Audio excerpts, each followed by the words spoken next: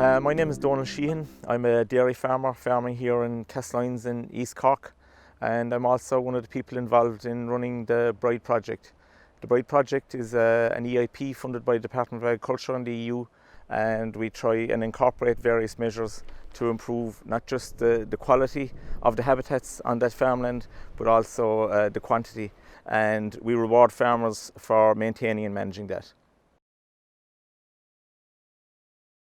So if you take the most common habitat that, on any farm, it's the hedgerow. And here we have a mature hedgerow. So you have several benefits.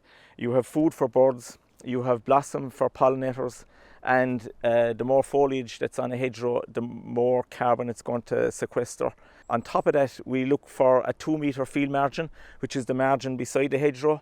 And the idea of the 2-metre field margin is to allow wildflowers to grow in that 2 metres. It's also a habitat for small mammals such as bangfoals, shrews and field mice. To manage those hedgerows, which is what a lot of farmers ask, as I said, you just side trim the hedgerows, do not cut them, leave it to nature, side trim them. So this 2 metres that we have here, that needs to be flailed every year. Otherwise, the hedge is going to come out on top of it and it'll overshade the wildflowers, resulting in no wildflowers and no pollinators. The benefits of a mature hedgerow are that you allow it to fruit. If it's cut every year, you'll never get the fruit. In this hedgerow here, and I'm only looking at the first 20 metres, and already this is August, so elderberries are just ripening, sloes are just ripening, you've blackberries, and you have haws. So in that 20 metres, it's full of 4 different types of berries, and that's winter food for birds. So in the Bride project, we ask farmers to try to get up to 10% of their land in what we call BMA, your biodiversity managed area. To do that, you accumulate all your hedgerows. If you haven't got field margins, you can bring out the wire 2 metres out. That'll increase your BMA. You can put in a pond if you have a wet area. You can retain your wetland and manage it for biodiversity. All of these habitats, once they're accumulated, will get you to that 10%. If you have a wetland in particular, wetlands are one of the rarest habitats now because so much of our land has been drained and reclaimed.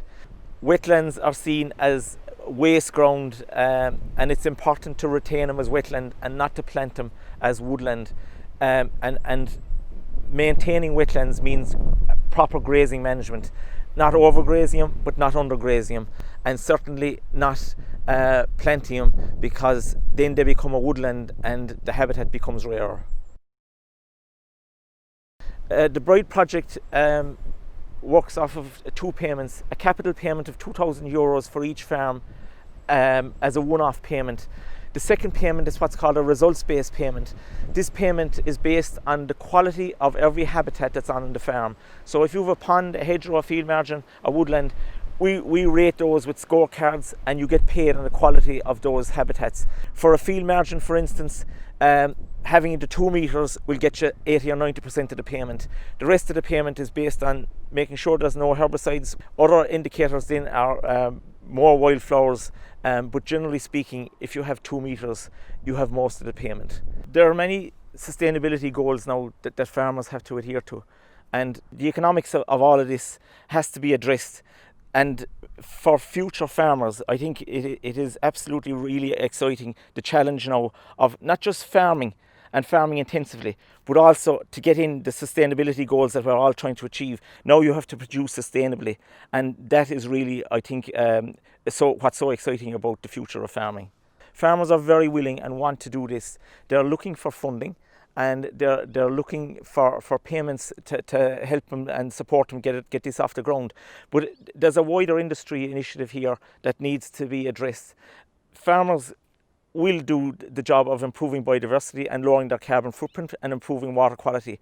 But at the moment, if I supply milk to my local processor, there is no incentive coming back. It has to come from the whole industry, not just from the farmer alone.